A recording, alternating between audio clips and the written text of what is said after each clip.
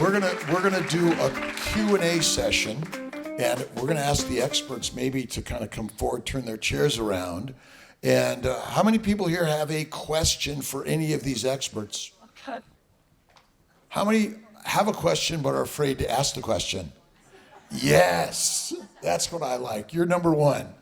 You know, there's a lot of videos being put out there by different people, and she wants to know, when people say 80-20 fat to protein, is that by weight or by calorie? You're right, it's very confusing. And as a layman, it's especially confusing. When they say 80-20, they are talking about by weight.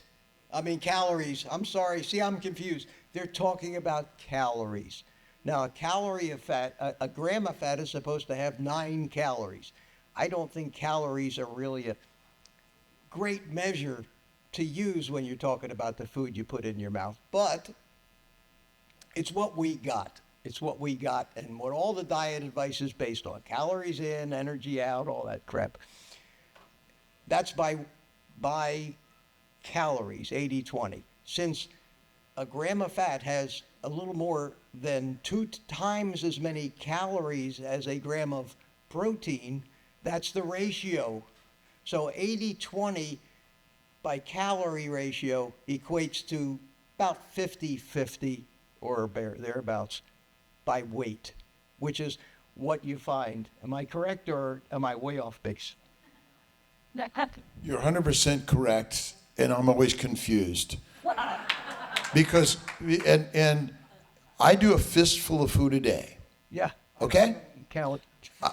And sometimes a little more, sometimes a little less. I do 2 to 3 day fasting every month. I'll sometimes do 5 to 7 as necessary. I don't know.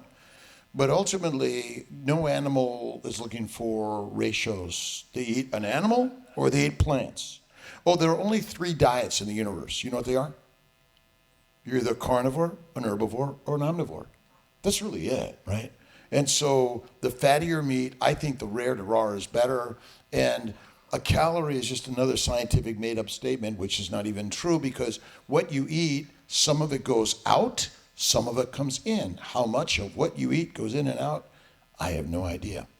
So my mom recently just moved down from Virginia, so she needs a new primary care physician, and she's on 2 diabetic medications and so forth, and anyway.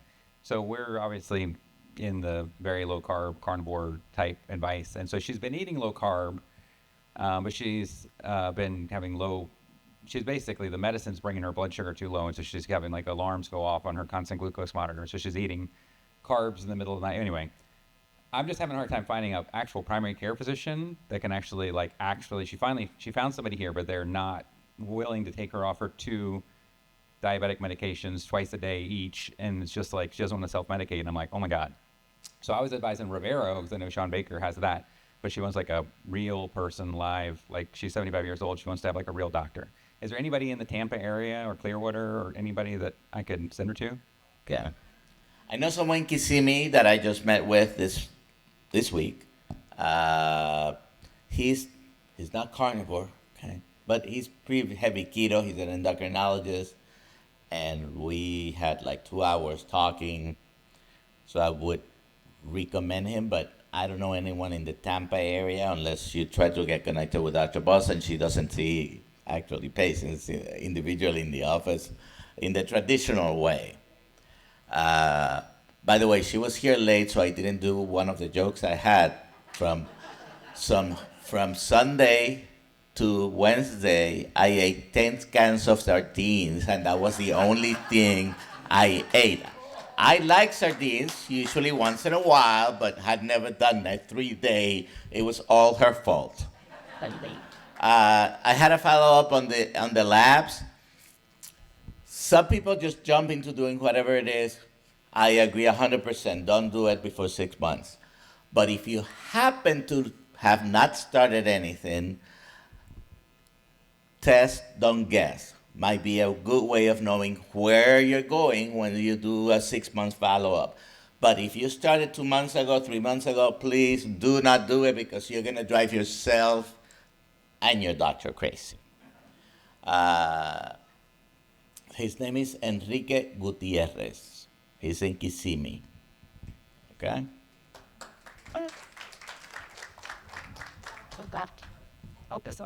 One of the reasons you're having trouble with getting primary care is you're against the grain. Again, it is difficult.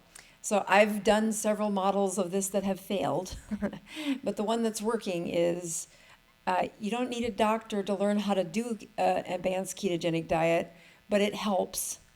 There isn't an insurance company out there that will pay enough in time to teach your 75-year-old mother, I can't find the word, oh, here, how to do this.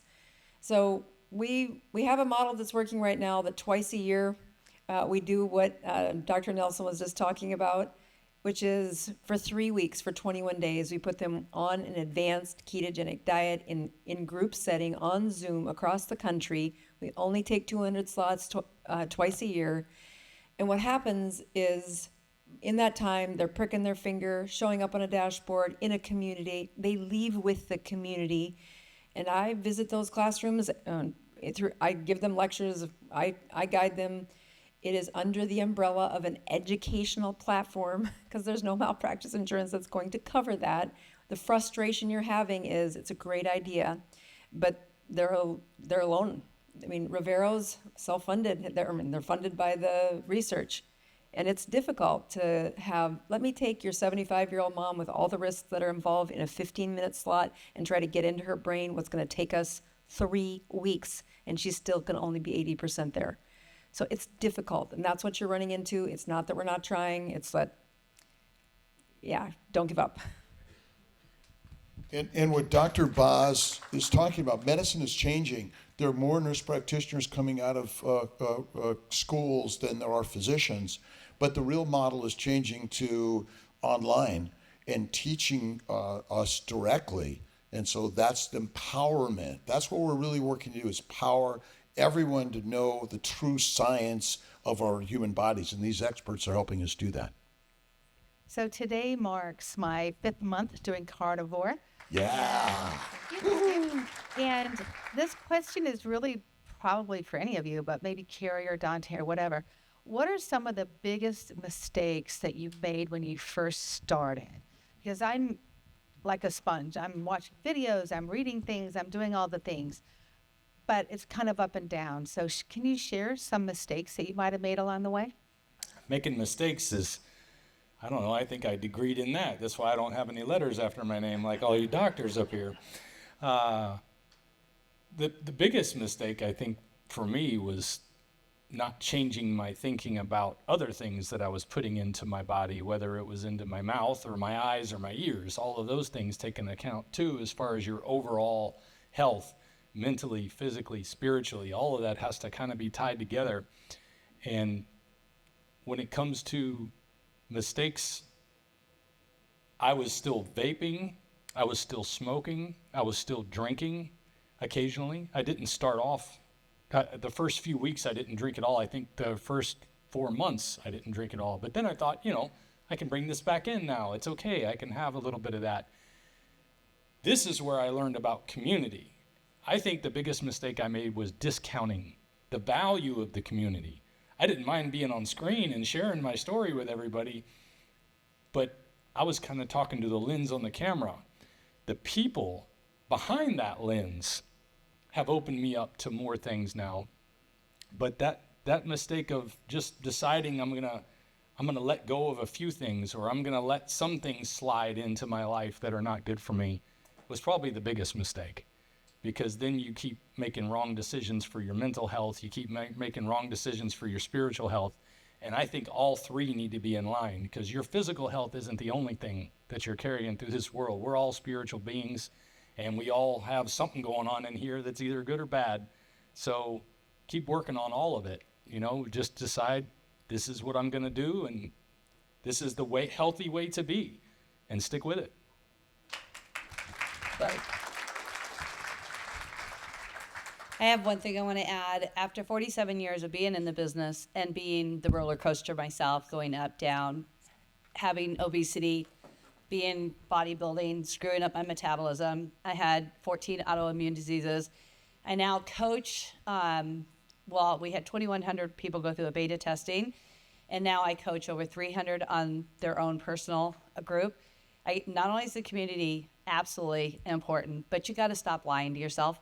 Stop making excuses for every single thing that you choose to do and start making the choices, because the harder the choice, the better the results will be. Like in the long run, hard equals success. Nothing ever on this planet is going to come to somebody who just chooses to make excuses. And it happens. I hear it every day, all day long. I do anywhere from 8 to 10 Zoom calls a day, 45 minutes each, and all I hear is, yeah, but you don't understand. My husband did this, and I want to just eat normal. And I'm like, look, you have one kidney, and you have kidney disease. You don't have a choice anymore. You've already expired all those choices, and now this is what you have to do.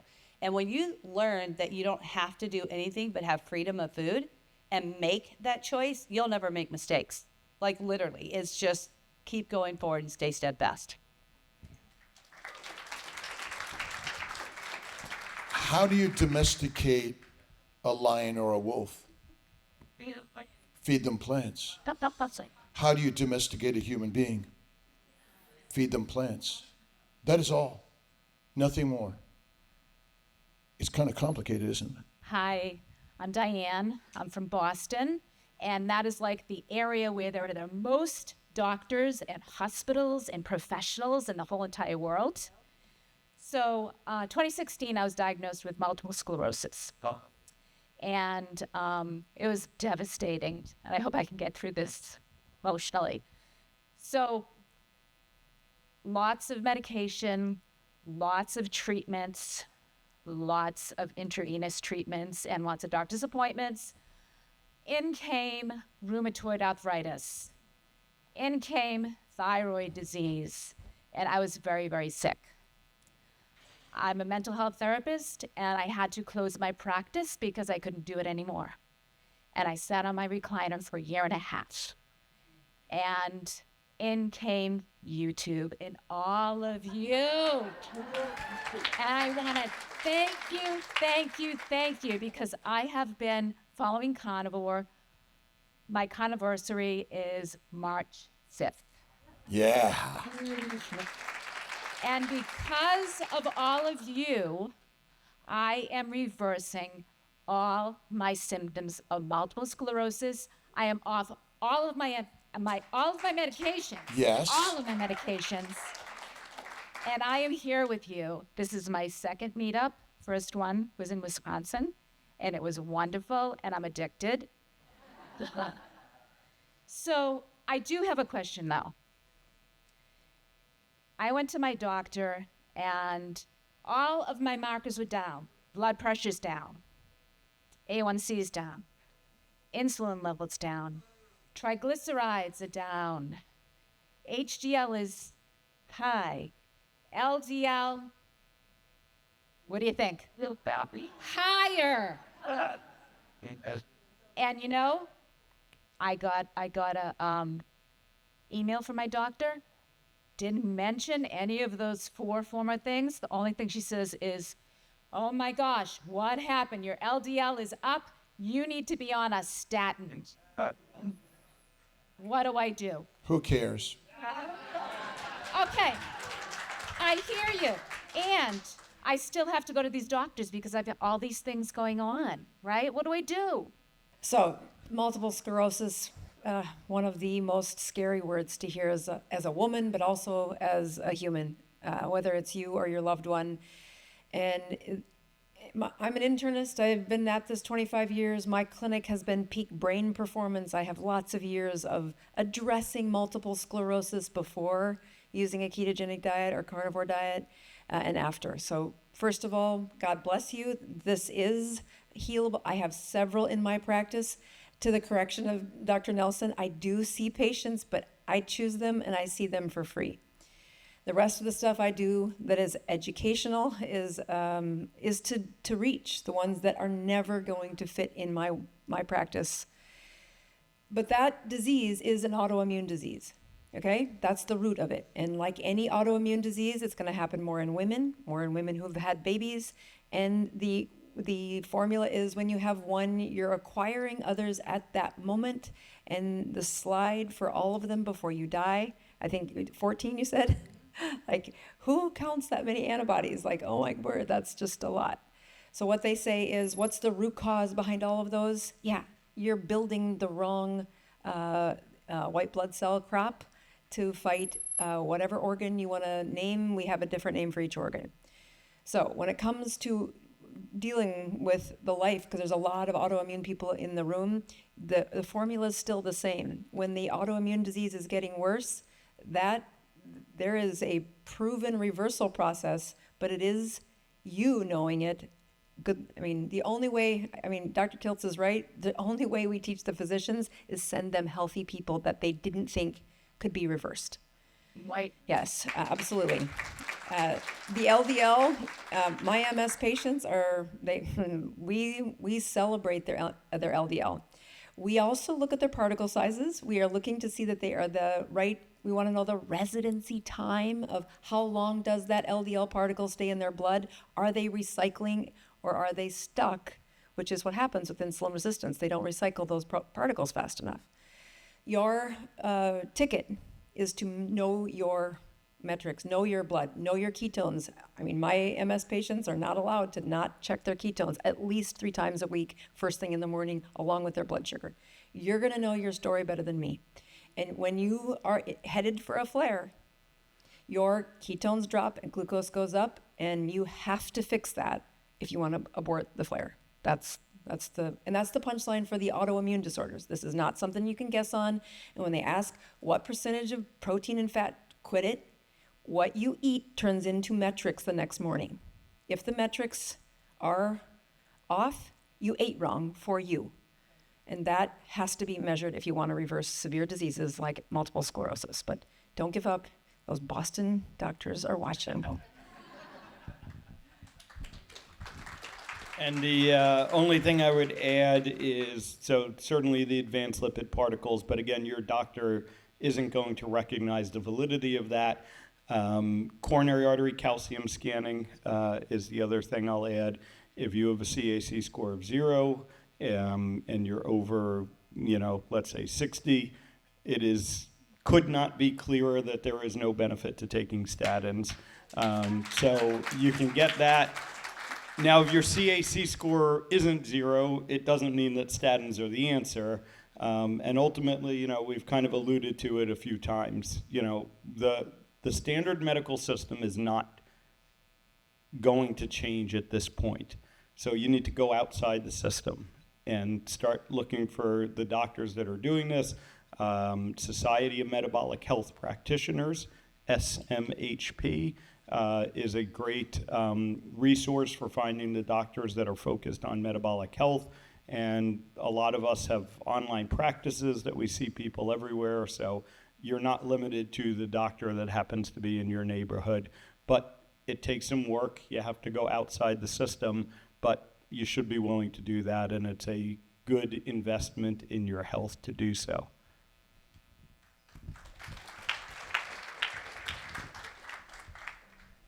I just want to say one thing quick.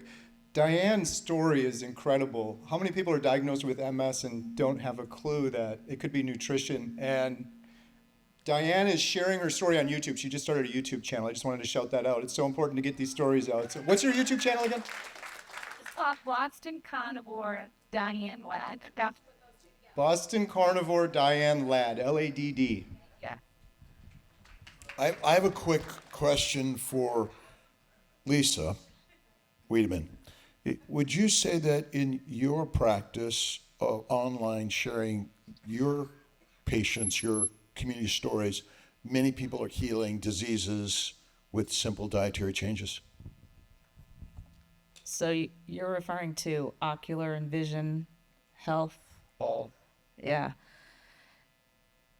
Yeah, so I have drastically changed the way I practice because I used to be an eye doctor that was like many other eye doctors who told you, make sure you wear your sunglasses, got to protect your eyes. And I have realized that is the farthest from the truth. Our bodies need the sun, our eyes, our brain, our skin. And when you wear sunglasses, you are telling your brain that it is nighttime. and there's many other receptors in the eye. Shockingly, as a doctor going through school, I thought the eyes were for vision, right? Who doesn't think your eyes are for vision, right? Comes in, you see.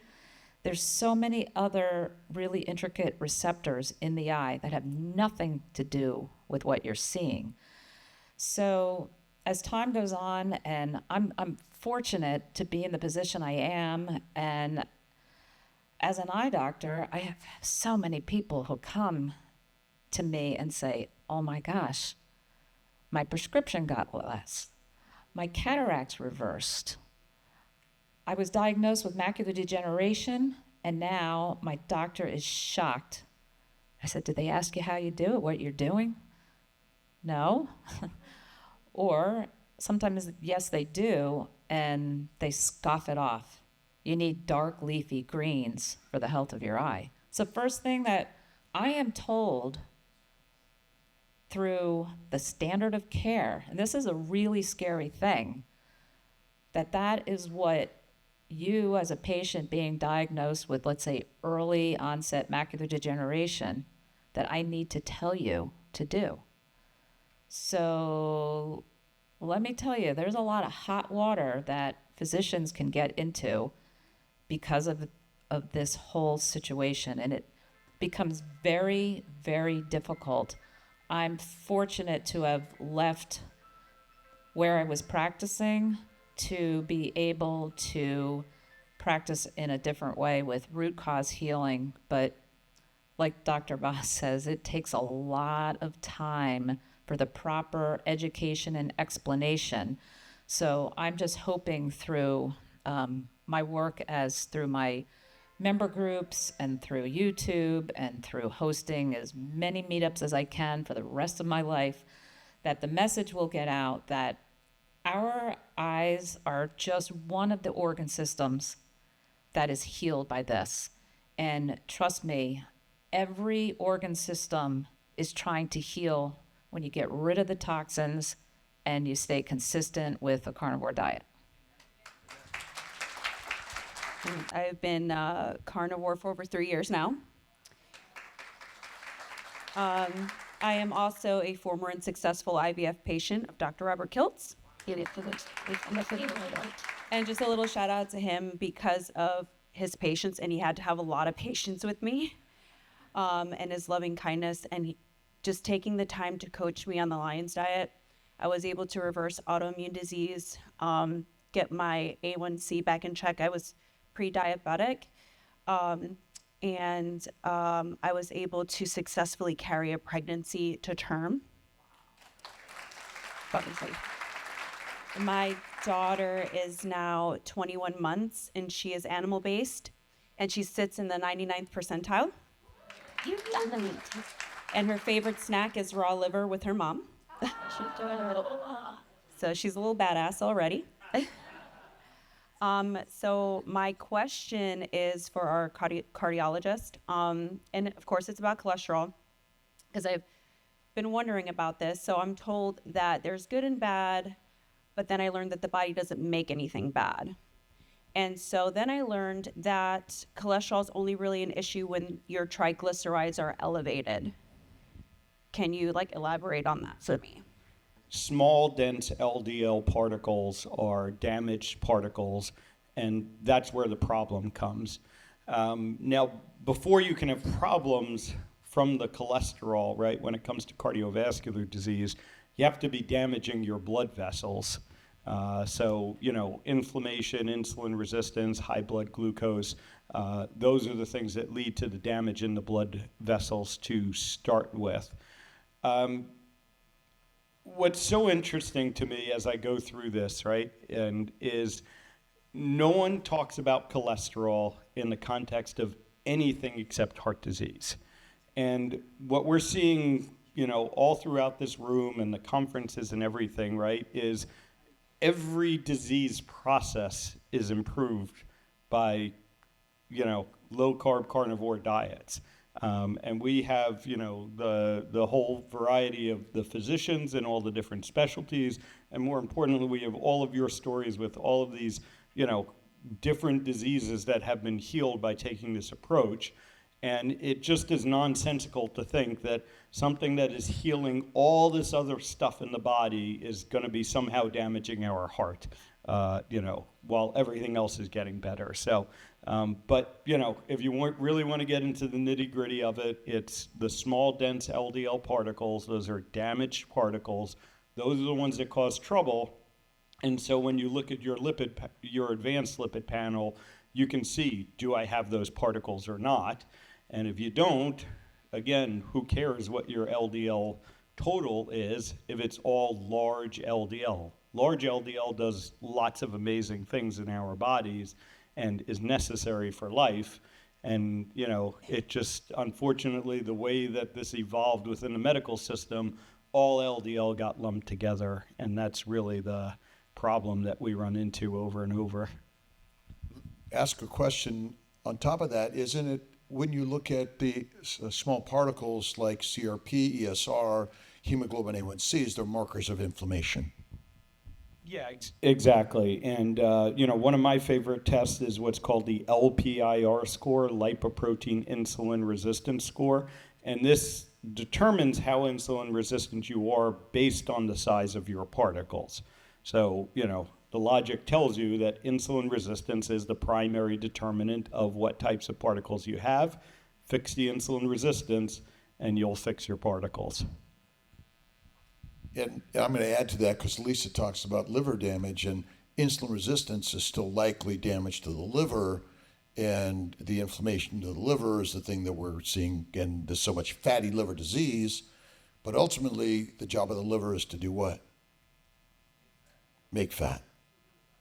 My question's a little different in nature. So we've all of you have touched on the structural, institutional issues that we're facing in society, and a lot of us have felt that frustration. So what I'm wondering, to whoever's feeling passionate and wanting to speak to this, what from this new administration, and I'm not asking you to get political, what do you think can reasonably be expected in the way of change in policy? What would be, and this could be at any level, this could be obviously in the MAHA context, but with respect to the food pyramid or dietary guidelines, whatever policy, what is a reasonable outcome for the next 4 years, and what would be a best case change that we could see?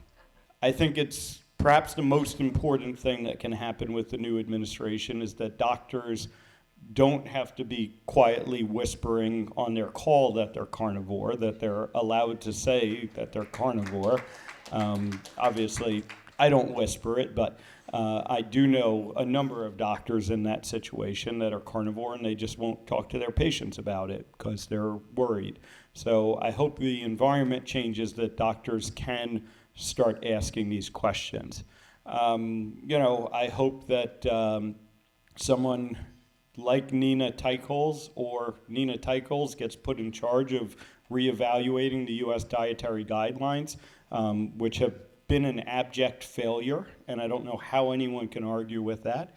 They have just been a complete disaster, and everything they were supposed to fix has gotten worse during the time. So I'm hoping the new administration takes a fresh approach to that, gets the conflicts out, and just gets a fresh set of people looking at this problem.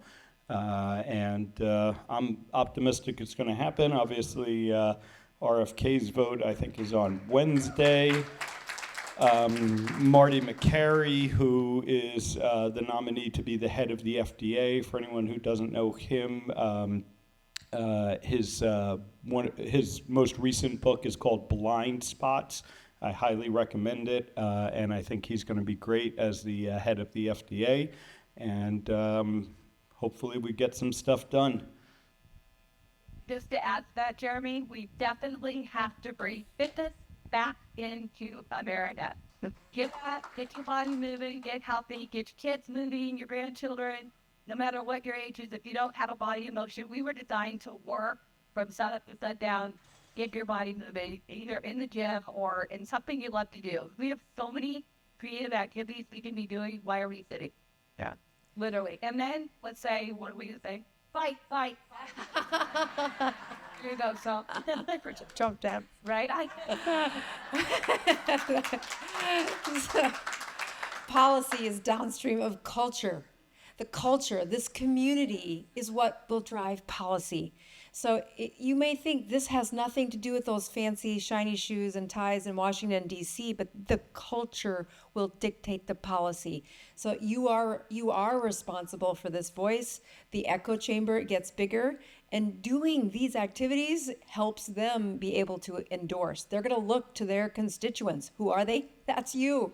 And that's critical for the energy and the support behind the leadership in today and other episodes. What do I pray for? What I really hope for is they do get back to the core causes, which is what we're talking about, and they unlock. I mean, do you know how many doctors whisper? I watch you on YouTube. You've done it. You know, it's terrible. It's like I mean, for many of you know my story that I've been excommunicated. One of the saddest moments in my life was when I was, without due process, stripped of my professorship as a teacher in medical school. But that's the only way I got to teach all of you. So there's a test in life, and that institution couldn't handle me, and I wasn't even ketogenic teacher then. So the journey is be the culture, don't stop speaking. We were born in America on a revolution. And so we've been domesticated in listening to our leaders, but the change in government never matters because it's going to change again. So the only thing you could change is yourself. And that is masterful for each and every one of us. So we're learning from all of these experts who have just experience doing the same thing. And I was kicked out of the largest insurance company in America. I was demoted from a center of excellence to not. I've been reported to the state over my licensure over talking about these things. But what do? Keep doing it. Answering the question, at least we can be hopeful that people have decided to listen. Okay, but like I said before, you can, in your own channel, start sharing your experiences. And by the way, I was joking about Dr. Buss, but she's a rock star, isn't she? Okay. So, one last thing. We have pandemic levels of diabetes in the world. We have pandemic levels of fatty liver. All metabolic diseases over the past 50 years basically are skyrocketing, okay? So at least you need to start for yourself trying to take care of your metabolic health, okay?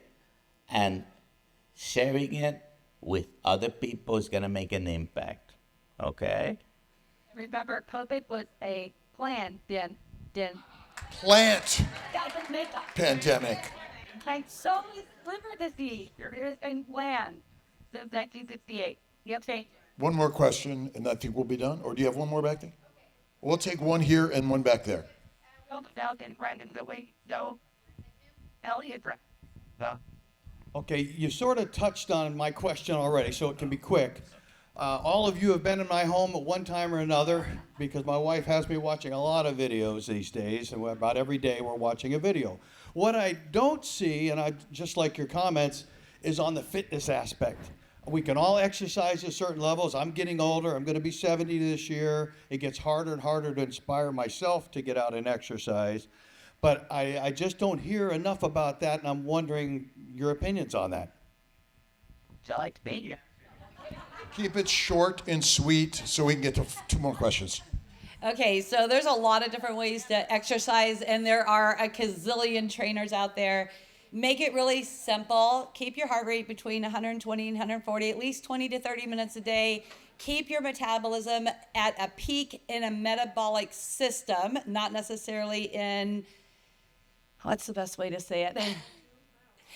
Yeah, so there's metabolism and metabolic are two different things, and people combine them all the time. But most importantly is you need to stay active. People are like, oh, but I'm overtraining, I'm stressing, I'm doing this, I'm doing that.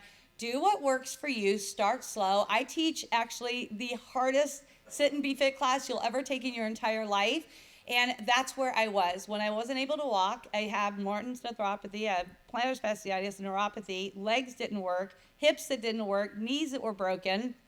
And it all came from exercising in a chair. There are no excuses. I actually teach like a workout in a bed and a bathtub. So if you need it, it can be done. You have to get this exercise first. Get your brain in the right direction, the right mindset, and the body will automatically follow it. So is exercise needed? 66, yes, we do. And the mindset is critical. By watching people exercise, actually, it builds the muscles working. So as the mind, everything moves from there. Hey everybody, my name's Brett. I'm 695 days carnivore today. And I just want to give a little shout out to Diane here. She just started her YouTube channel, a week ago? She only has 10 subscribers. Can we get her up to 100 today? All there. Let's get her up to 100. All right. So I had a simple question. Nobody has asked Adam Lacey yet. When's the movie going to be done? Well, thanks to Dr. Kiltz's generous donation, it's going to come out faster than it was before. So thank you, Dr. Kiltz. So the editing process takes at least 9 months, and we haven't started that process yet. So we have about, 3 months left to film? Is that right? About 3 months left, so we're still at about a year to have a finished product, and then we have to begin the distribution and marketing phase of that. So it can't happen fast enough for us, especially with all the excellent, awesome footage that we're sitting on. You know, we want everybody to see what you've seen today, and what we have in store is it seems like 1,000 times better than what we showed you today. So, My wife got blood work done. She's overweight, insulin resistant, sugar addicted, and the doctor wants to put her on Mounjaro. And I was initially very opposed to it, but now after talking with Adrian, and hearing what she had to say about microdosing, I'd just like to hear a few quick words from you about it. Yes, well, it is a very poignant question. Looking at metabolic health, you have metrics that can look at our success. And when you don't exercise and you're overweight and your GLP-1 is in the floor and your insulin's high, you're like, what the heck do I do first? So in my practice, what I do is I first teach them how to eat right. It's a 3-week course or our YouTube channel, whatever, but they have to be producing ketones first. What happens next is not everybody needs a GLP-1, but there are many people that it's going to take us 10 years to undo the 40 years they did. And that little bit of dose of that drug is turning out to be one of the best levers that I've seen added to a ketogenic state. What I make them do in my practice is you got to show me you're making ketones every day. I'm trying to protect your muscle mass. We know we can do that if you follow your own chemistry. So when they get the cart ahead of the horse where they get a bunch of GLP-1 in and they are still carb grazing all day long, their volume of food went down, but we call this starvation. Insulin leads and muscle mass is as sacrificial as the fat mass. We can flip that if they start with a persistence. And carnivores, I'm saying ketogenic. I measure in my clinic. I don't care what foods you're eating. I care that the metrics in the morning show me you're in a ketogenic state and we're preferentially emptying those fat cells. So it is a tool. I'd start low, start low, very low, and you don't have to. It doesn't have to be that high. Anyway, so tool, not answer of all. So it's a little Kickstarter that can be helpful for people who aren't ready to start in other areas. And they're not going to, if you don't give it, they're going to go somewhere else. It's something to at least keep them in the mix and move them forward and then get them off of it quick. Hi friends, my name is Ellie. And thank you. I have been carnivore for 2 years now, and I've seen such a dramatic change in my health, mind, spirit, body, and soul. And I want to raise my children, the next generation, with their health protected.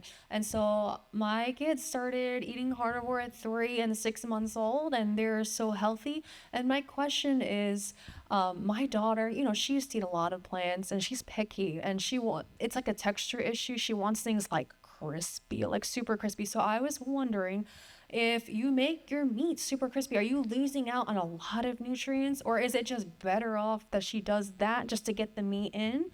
That's my question. Thank you so much. Well, Ellie, I love you, and you already.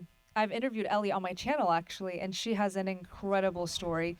So I just wanted to share that my husband is a very picky eater, and he also cannot be strict carnivore.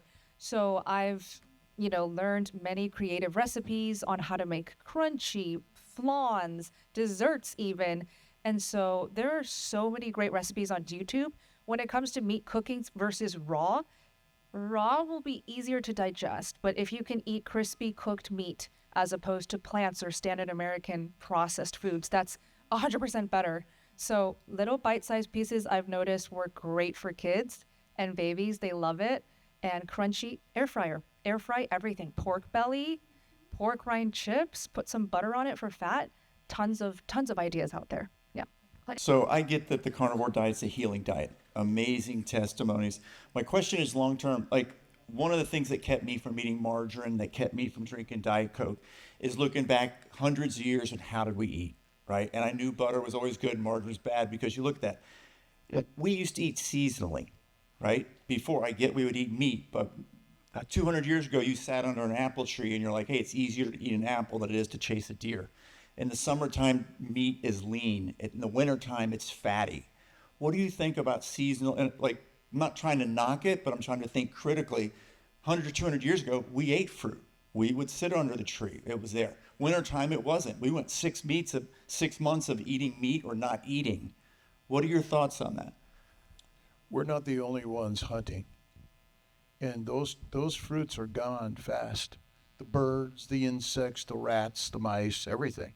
So we evolved for thousands and or many years hunting. We are not, when the big hunting meat was gone, well, then we became sort of the plant eaters. But I can't imagine we ate that stuff of any significance or frequency. And there was a lot of alcohol on that fruit too. So it's a story. Okay, what did we eat? We don't really know, but you can eat a little bit of fruit here and there, but if you eat it every day, I don't think it's smart. I think Saladino's got it wrong. You ate it. Small amounts, seasonally, not a lot. I think this, mostly fatty raw meat is what we ate. Organ meats, everything. You hunted. No, we still went after the big beasts, I think. And there's fat everywhere on those animals. So, Lisa, do you have one more comment? Oh, I'll give you, and remember, the fruit that we have now is modified to be sugar bombs. They even have cotton candy grapes, right? The fruit of long ago was a crab apple and a tart cherry. So we have to also think about that.